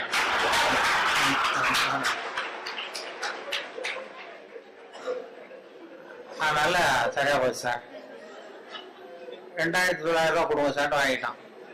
அவரு அசந்து போய் சாரை கொண்டு போய் பக்கத்து ரூம்ல யாராவது விட்டுட்டு வாங்க, அவர்கிட்ட இனிமே யாரும் பேசாதீங்க சார், மரியாதையை அவரை நடத்துங்கன்னு சொல்லி கொண்டு உட்கார வச்சுட்டு, அதுக்கப்புறம் பார்த்து தோழர்களே உங்களுக்கு நான் சொல்ல விரும்புறது என்னன்னா, இனிமே யாரும் தமிழ்நாட்டு பக்கம் விசாரிக்க போகாதீங்க, நீங்க போனா மத்திய பிரதேசம் உத்தரப்பிரதேசம் அப்படி எங்கேயாவது போங்க, தமிழ்நாட்டுக்கு போவீங்க அப்படின்ட்டாராம். அப்புறம் இத சொன்னேன். இத வந்து பத்திரிகையில வந்து செய்தியை வச்சுக்கிட்டே இப்படி ஒரு கதையை உண்டு பண்ணி இது ராணுவத்துல வேற மாதிரியான ஒரு ஜோக் அது, அதை கொஞ்சம் மாதிரியா மாத்தி ஒரு கதையை உண்டு பண்ணி இதை ரேடியோல சொல்லிட்டேன். சொன்னதும் என்னாச்சு, அந்த ஒரு மந்திரி கிட்ட இருந்து ஒரு பிஏ வந்தார். அப்ப இருந்த மந்திரி அவரு பிஏ என்ன பண்ணுவாருன்னா, அந்த மந்திரி வந்து எப்போதும் இந்த எந்த ஒரு தகவல் கேட்டுட்டு உடனே அவர் பிஏ அனுப்புவாரு, என்கிட்ட அனுப்பி இன்னைக்கு இந்த 20ஆம் தேதி ஒண்ணு சொன்னாரு, அதனுடைய காப்பி ஒண்ணு வாங்கிட்டு வா, இந்த மேடையில பேசுறதுக்கு எனக்கு வேணும் அப்படின்னு கேட்டு வழக்கமா வாங்கிக்கிறது வழக்கம். இந்த மாசத்துல தேதியை குறிச்சு அனுப்புவார். இந்த 8ஆம் தேதி ஒலிபரப்பானது, 10ஆம் தேதி, 12ஆம் தேதி, இதெல்லாம் வந்து ஸ்கிரிப்ட் வாங்கிட்டு வா, மேடை பேச்சுக்கு எனக்கு வேணும்னு கேட்பாரு. உடனே நாங்களும் அவர் அந்த பிஏ வந்தாருன்னா உடனே ஒரு செராக்ஸ் காப்பி எடுத்து அனுப்பிச்சிருவோம். இந்த கதையை சொன்னப்போ வந்துட்டாரு, இது உடனே வாங்கிட்டு வரணும். அன்னைக்கு ஆள் வந்தது. உடனே நான் ஒரு காப்பி எடுத்து கொடுத்துட்டு அப்புறம் நாங்க மனசுல நினைச்சுக்கிட்டோம், பாருங்க அவரே வந்து இதை வாங்கிட்டு போறாரு, சொல்லப்பட்டதே அவரை பத்தி தாங்கிறது தெரியாம அப்படின்னு சொல்லி அதை வேடிக்கை வச்சோம். இந்த விஷயத்த நீங்க வானொலியில ஒளிபரப்புறதுக்கு பெரிய சொல்லவே கூடாது. ஒரு தனி மனிதரையோ யாரையும் கேவலப்படுத்த கூடாது, கிண்டல் பண்ணக்கூடாது. அது வானொலியில சொல்றது அனுமதி கிடையாது. எங்களுக்கு மெமோ கொடுத்துருவாரு அதிகாரி, அப்படி ஏதாவது தப்பா ஒருத்தரை கேலி பண்ணோம்னா. ஆனா இதை வந்து ஒண்ணுமே பண்ண முடியல அவரால். இது யாரையும் குறிப்பிட்டு தனிப்பட்ட முறையில யாரையும் சொல்லல அப்படிங்கறதுனால இது எனக்கு ஒரு மெமோவும் கொடுக்கல, என்ன திட்டமும் இல்லை, அது தப்பு கண்டுபிடிக்கவும் இல்லை. அது காரணம் என்னன்னா, அதுல உள்ள அந்த கதை அம்சமும் நகைச்சுவையும் தான்.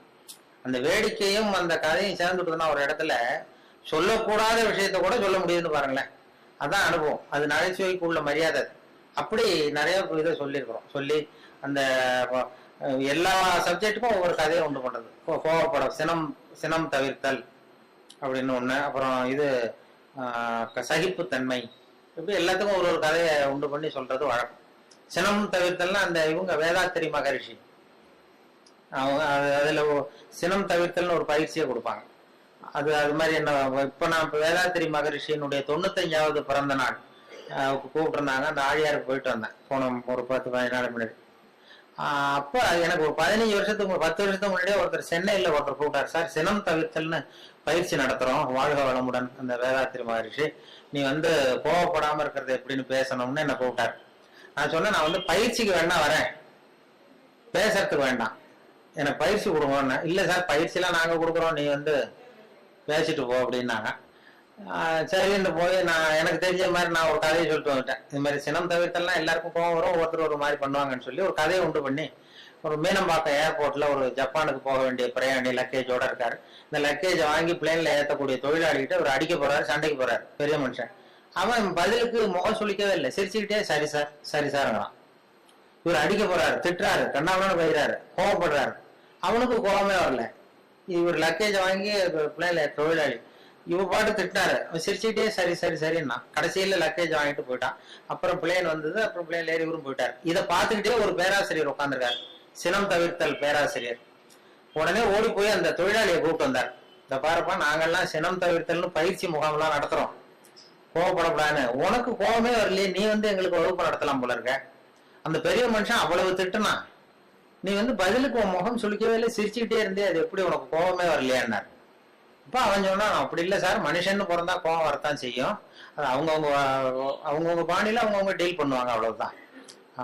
உனக்கு கோவம் வந்தது அவர் திட்டும் பொழுது அப்படின்னு. வந்தது சார், எனக்கு கோவம் வந்தது, முகத்துல தெரியலையே அப்படின்னா. அது தெரியாது சார் அப்படின்றான். இப்ப எப்படி அதை சமாளிச்சு எப்படி டீல் பண்ணேன்னு கேட்டிருக்காரு. அது வேற ஒண்ணும் இல்லை சார், அந்த பிரயாணி அவர் வந்து ஜப்பான் போயிட்டு இருக்காரு, அவர் லக்கேஜ் எல்லாம் அமெரிக்கா போயிட்டு இருக்கு.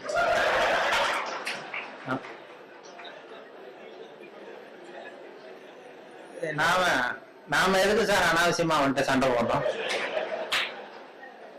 அதெல்லாம் வந்து ஒரு டென்ஷன் ஆகக்கூடாது சார், அனாவசியமா டென்ஷன் ஆகக்கூடாது சார் அப்படின்னு சொல்லிட்டு இதை அவங்க கூட்டத்துல நான் பேசிவிட்டு வந்துட்டேன். அந்த சினம் தவிர்த்தல் பயிற்சி முகாம்ல இதை போய் நான் பேசிட்டு வந்துட்டேன் 10 வருஷத்துக்கு முன்னாடி. அதுக்கப்புறம் இன்னை வரைக்கும் அவங்க கூப்பிடுறதே இல்லை என்ன, இல்லை. அப்புறம் இப்ப கேட்டேன் ஒரு 10-15 நாளைக்கு முன்னாடி அவரை பார்த்து, ஏன் சார் மறுபடியும் ஒரு பயிற்சி முகாம்னா கூப்பிடுங்களேன் வரேன். அவங்க என்ன வேண்டாம் சார், நீங்க பயிற்சிக்கு வேணா வாங்க, பேசுறதுக்கு வேண்டாம், நாங்க பாத்துக்கிறோம் அப்படின்ட்டாரு. ஏன்னா அவங்க ஒரு முறையா அதை சொல்லி கொடுக்குறாங்க, கோவப்போட மனசை எப்படி கட்டுப்படுத்துறது, மனசை எப்படி பயிற்சி பண்றதுன்னு சொல்லி கொடுத்துட்டு இருக்கிறாங்க. அதுல போய் இப்படி குழப்பிட்டோம், நாங்க சொல்லி கொடுக்குறதையும் மறந்துடுவாங்க சார், வேண்டாட்டாங்க, அப்படி ஆயிடும். சினம் தவிர்த்தல்ங்கிறது ஒரு பெரிய பயிற்சி முகாமா நடத்தி இது பண்ணிட்டு இருக்கிறாங்க. அது மாதிரிதான் சகிப்புத்தன்மையை பத்தியும் சொல்றது, இதெல்லாம் ரேடியோல அப்பப்போ சின்ன சின்ன கதையை சொல்றதுதான். இது ஏன்னா அவர் செயலாளருங்கிறதுனால அவர்கிட்ட எப்போதும் கேட்டுக்கிறது, எவ்வளவு நேரம் சார் பேசணும்னு முதல் தடவை வந்தப்ப கேட்டேன். நீங்க எவ்வளவு நேரம் வேணாலும் பேசுங்க சார், நாங்க 10 நிமிஷத்துக்கு மேல உட்காந்துருக்க மாட்டோம் அப்படின்னாரு. அப்படி ஆரம்பிச்சவர். அதனால எப்ப முடிக்கணும் கரெக்டா சொல்லு அப்படின்னு சொல்லி முதல் கூட்டத்துல எதிரில் உட்கார வச்சு ஒரு சிக்னல் கொடுத்தேன். அதாவது தலையை சொரிய சொல்லி, எப்போ முடிக்கணும்னு தோணுதோ அப்ப தலையை சொரிங்க, நான் முடிச்சுக்கிறேன் அப்படின்னு சொல்லி அவரை உட்கார வச்சு அது மாதிரி பண்ணிட்டு இருந்தேன். அது ஏன்னா இப்ப கும்பகோணத்துல அது மாதிரி ஒரு கூட்டத்துல ஆரம்பிச்சது. என் தம்பி சின்னம்மா பையன் தான் அங்க அந்த ஒரு கிளப்ல செக்ரட்டரி, அந்த டவுன் ஹால்னு ஒண்ணு. அவன் ஒருத்தர் இது மாதிரி கிளப் மெம்பருக்கு கூப்பிட்டு என்ன பேச சொன்னான். எவ்வளவு நேரம் பேசணும், நீ பாட்டுக்கு பேசு அப்படின்னா. அப்ப எப்போ முடிக்கணும்னு தோணுதோ நீ உட்காந்துக்கிட்டு தலையை சொல்லி நான் பார்த்து முடிச்சுக்கிறேன் அப்படின்னா. சரின்ட்டு வந்து உட்காந்துட்டான். வந்து பெரியவர்களே தாய்மார்களே உடனே சொல்லி ஆரம்பிச்சான். ஏன்பா நீ முடிச்சு சொல்றியா? இல்ல அரிக்குதுன்னு சொல்றீங்க, நீ அது இனிமே பாத்துக்க, ஜாக்கிரதையா இருக்கேன்னா. அப்புறம் ஒரு மணி நேரம் தலையை அரிச்சா கூட பல்ல கடிச்சிட்டே உட்காந்துங்க. அந்த அது மாதிரி அவர்கிட்ட சொன்னது. அது பேச்சுங்கிறது அது மாதிரி சொல்லுவாங்க. ஏன்னா பேச்சாளர்கள் அவங்களுக்கு இந்த நேரம் ஆரம்பிக்கிறப்ப சிரமம்னா அவர் முடிக்கிறது தெரியாது, எங்க முடிக்கிறது என்னன்னு ஒண்ணும் புரியாது, அவங்க பாட்டு போயிட்டே இருப்பாங்க. அது ஒருத்தர் சொன்னாராம், நீங்க தோழர்களே நீங்க எல்லாரும் காக்காயை பார்த்து ஒத்துமையை கத்துக்குங்க, காக்காயை பார்த்து ஒத்துமையை கத்துங்க, கிளியை பார்த்து அன்பை கத்துக்குங்க அப்படி இப்படின்னு சொன்னாராம். இது மாதிரி புறாவை பார்த்து ஒத்துமையை கத்துக்குங்க அப்படின்னா. அப்போ ஒருத்தர் கோபமா எழுந்திரிச்சு, நீ நேரத்தை பார்த்து பேச கத்துக்குங்க. அது வந்தோம் அப்படியே உபதேசம் மாதிரி பண்ணிட்டு இருந்தா அப்படி.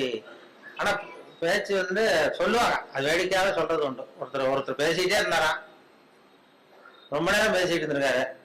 சார் எவ்வளவு நேரம் போனது தெரியல, உங்க பொறுப்பு தெரியல, நான் பேசிட்டே இருந்துட்டேன், கடிகாரத்தை கூட பார்க்க மறந்துட்டேன் சார் அப்படின்னாராம் பேச்சாளர். கடிகாரத்தை கூட பார்க்க மறந்துட்டேன், என்ன மன்னிச்சுங்க, ரொம்ப நேரம் பேசிட்டேன் போல் இருக்கு. ஒருத்தர் கோபமா எழுந்திரிச்சு சொன்னாராம், ஏன் கடிகாரத்தை தான் பார்க்க மறந்த, பின்னாடி மாட்டி இருக்கிற காலண்டரையாவது பார்க்க கூடாதா அப்படின்னா. வார கணக்குல பேசிட்டு இருந்திருக்கான், முதல் நாள் ஆரம்பிச்சு மறுநாள் முடிகிற வரைக்கும் அப்படி ஆரம்பிச்சிருவாங்க. அப்படிதான் அந்த சொல்லுவாங்க. அவர் சொன்னது என்னன்னா, இது அந்த காலேஜ்ல இருந்து பரிசோதனை, அது ஜோக்கு இல்ல, அது ஒரு சம்பவம் சொல்லிட்டு இருந்தேன் காலையில. அதாவது இவங்க இதுல மாநில கல்லூரியில இருந்து மனோதத்துவ பேராசிரியர் ஒருத்தர் வந்தார். அவர் மாணவர்களை எல்லாம் அழைச்சிட்டு வந்தாரு என்கிட்ட.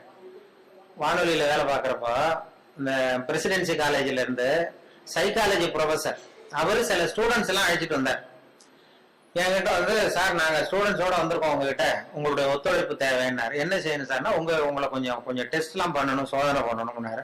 ஏன் சார் நான் என்ன பைத்தியமா அப்படின்னேன்.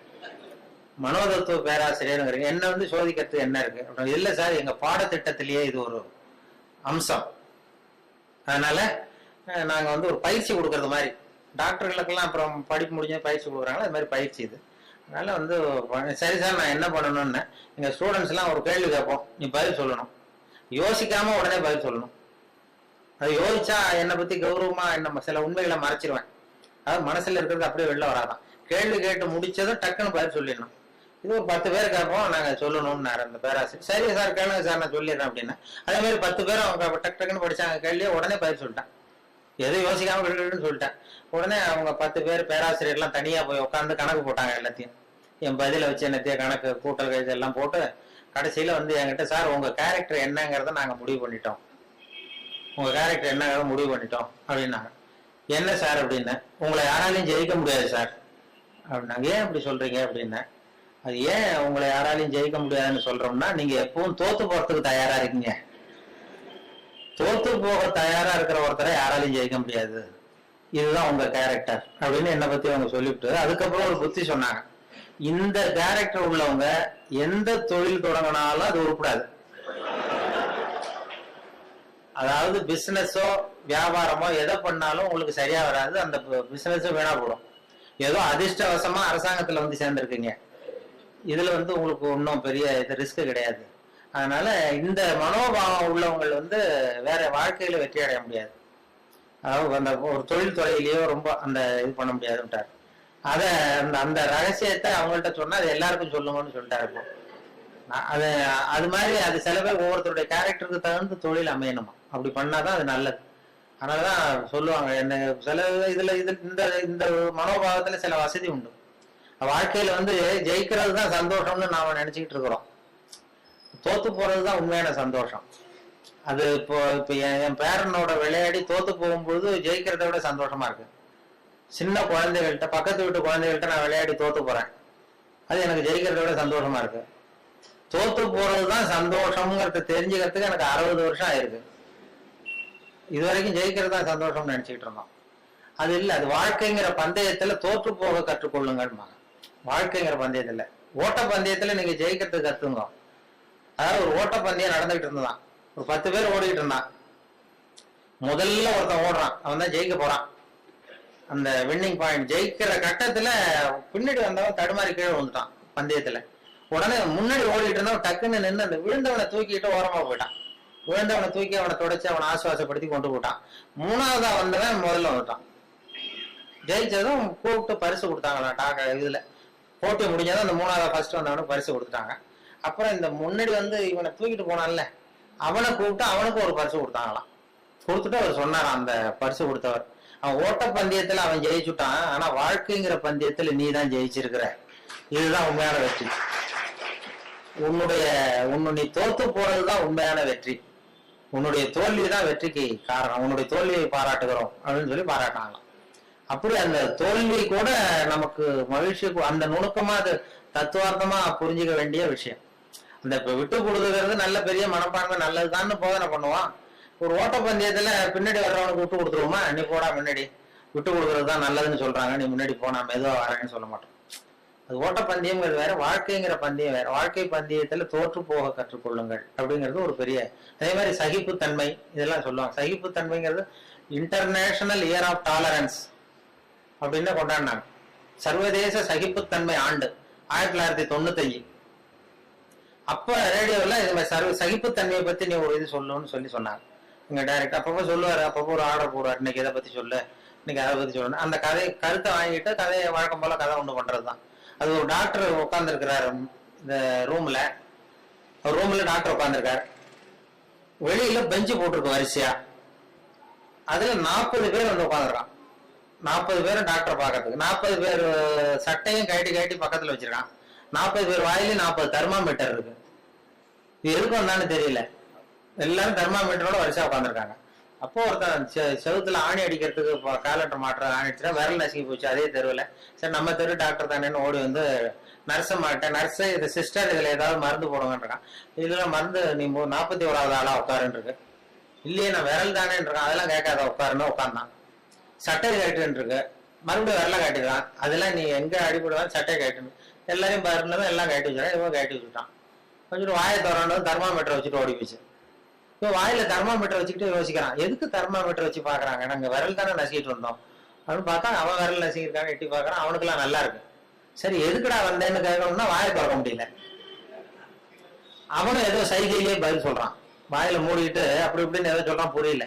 40 பேரும் 40 கதையோட உட்காந்துருக்கான். ஆனா 40 பேர் வாயில தெர்மாமீட்டர், கண்ணு செவந்து இருக்குது, வாய் உப்பி இருக்கு, பதில் சொல்ல முடியல, பேச முடியல, சகிச்சுக்கிட்டு உட்காந்துருக்காங்க. ஒரு 15 நிமிஷம் கழிச்சு நர்ஸ் ஓடி வந்து டெம்பரேச்சர் அவங்க பேர் எல்லாம் குறிச்சுக்கிட்டு டாக்டர் ரூமுக்கு ஓடி போச்சு.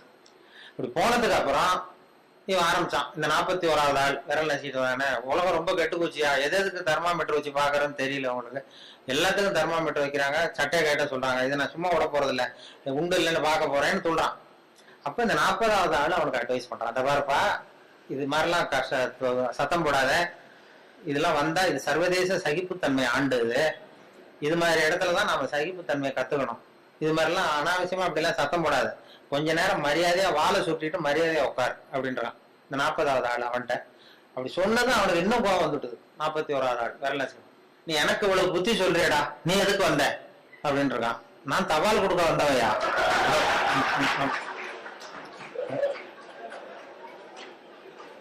தெனாப்படி வருவேன் சட்டையை கேட்ட சொல்லுவாங்க, நான் கேட்டு வைப்பேன்,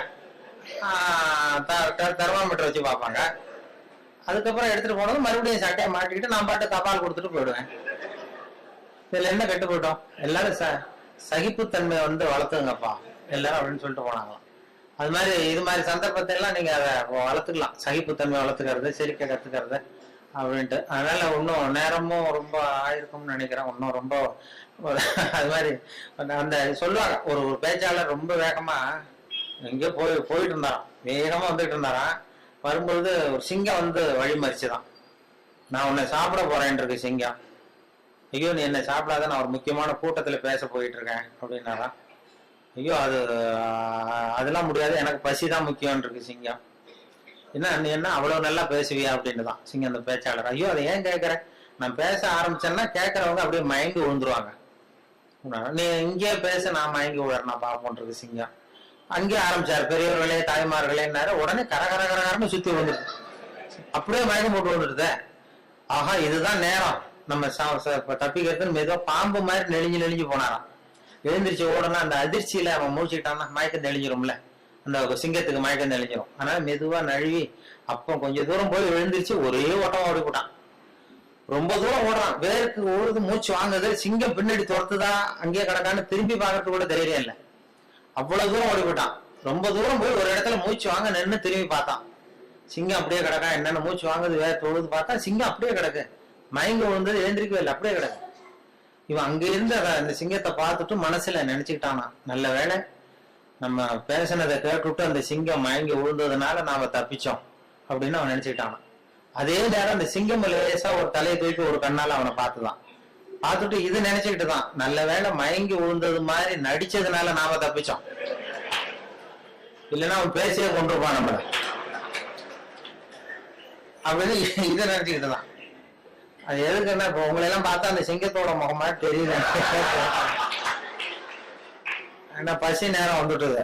அதனால இதுக்கு மேலேயும் நீங்க சிங்கமா மாறுற வரைக்கும் உங்க பொறுமையை சோதிக்க கூடாதுங்கிறதுனாலயும் இவரும் விடமாட்டாரு. இப்படி நாலாவது தடவை 5வது தடவை கூப்பிட்டுட்டே இருப்பாரு. ஒவ்வொரு தடவை எல்லாரும் எழுந்திரிச்சு நின்று கை தட்டுங்க. அதனால மறுபடியும் உங்களை அப்புறம் வந்து சந்திக்கிறேன். ரொம்ப நன்றி, வணக்கம்.